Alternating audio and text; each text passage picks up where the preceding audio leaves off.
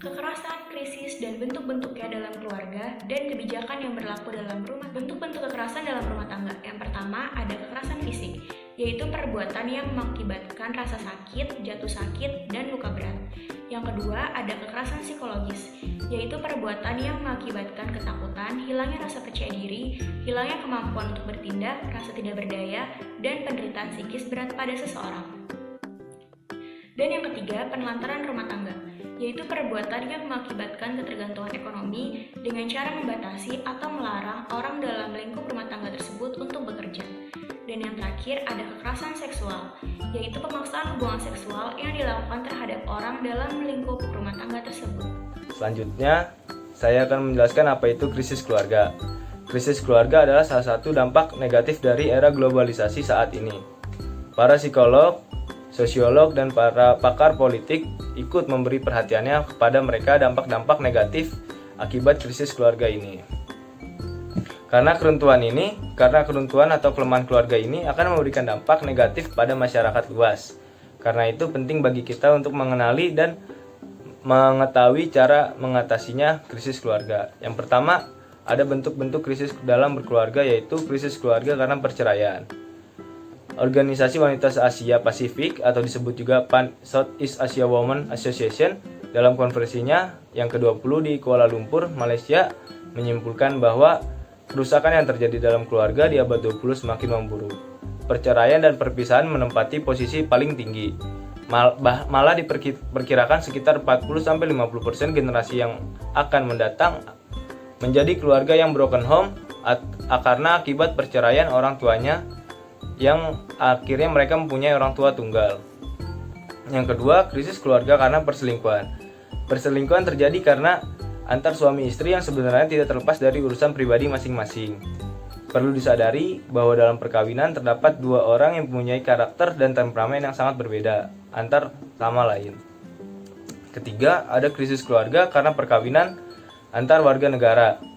Yang dimaksud dengan perkawinan antar warga negara adalah perkawinan seorang yang berwarga negara Indonesia dengan seorang warga negara asing. Permasalahan ini timbul akibat perkawinan ini bercenderung berdampak krisis dalam keluarganya karena antar latar belakangnya yang berbeda, hukum perkawinan yang berbeda, dan motif tindak kejahatannya. Keempat, ada krisis keluarga karena perkawinan siri. Belakangan ini terjadi pergesekan makna suci pernikahan. Fenomena ini ditandai dengan maraknya prosesi pernikahan siri atau disebut nikah di bawah tangan. Meski sah menurut agama, namun pernikahan ini dilakukan secara sembunyi-sembunyi dan tidak diakui dalam negara. Krisis keluarga karena perkawinan mengalami penyimpangan seksual. Penyimpangan seksual merupakan perilaku abnormal yang terkait dengan pemuasan seksual yang berdampak kepada perilaku suami karena sering merintangi penyesuaian personal dan sosial. Jadi, penyimpangan seksual ini ada beberapa tipe. Yang pertama ada sadisme. Sadisme adalah cara seseorang untuk mendapatkan kepuasan seksual dengan cara menyiksa lawan jenisnya. Yang kedua ada masochism. Jadi masochism ini adalah kebalikan dari sadisme. Jadi untuk mendapatkan kepuasan seksualnya, dia harus disiksa dengan lawan jenisnya. Selanjutnya ada homoseksual dan lesbian. Ini adalah masalah identitas sosial di mana laki-laki menyukai laki-laki dan perempuan menyukai perempuan. Lalu ada kebijakan yang berlaku di Indonesia, yaitu kebijakan hukum pidana. Menurut Barda Nawawi Arif, sekiranya dalam kebijakan penanggulangan kejahatan digunakan upaya atau sarana hukum pidana, maka kebijakan hukum pidana harus diarahkan pada tujuan dari kebijakan sosial yang terdiri dari kebijakan atau upaya-upaya untuk kesejahteraan sosial dan kebijakan atau upaya-upaya untuk melindungi masyarakat. Indonesia sendiri udah punya undang-undang yang dapat dikaitkan dengan kekerasan dalam rumah tangga. Yang pertama itu ada di Kitab Undang-Undang Hukum Pidana, Undang-Undang Nomor 1 Tahun 1974 tentang perkawinan.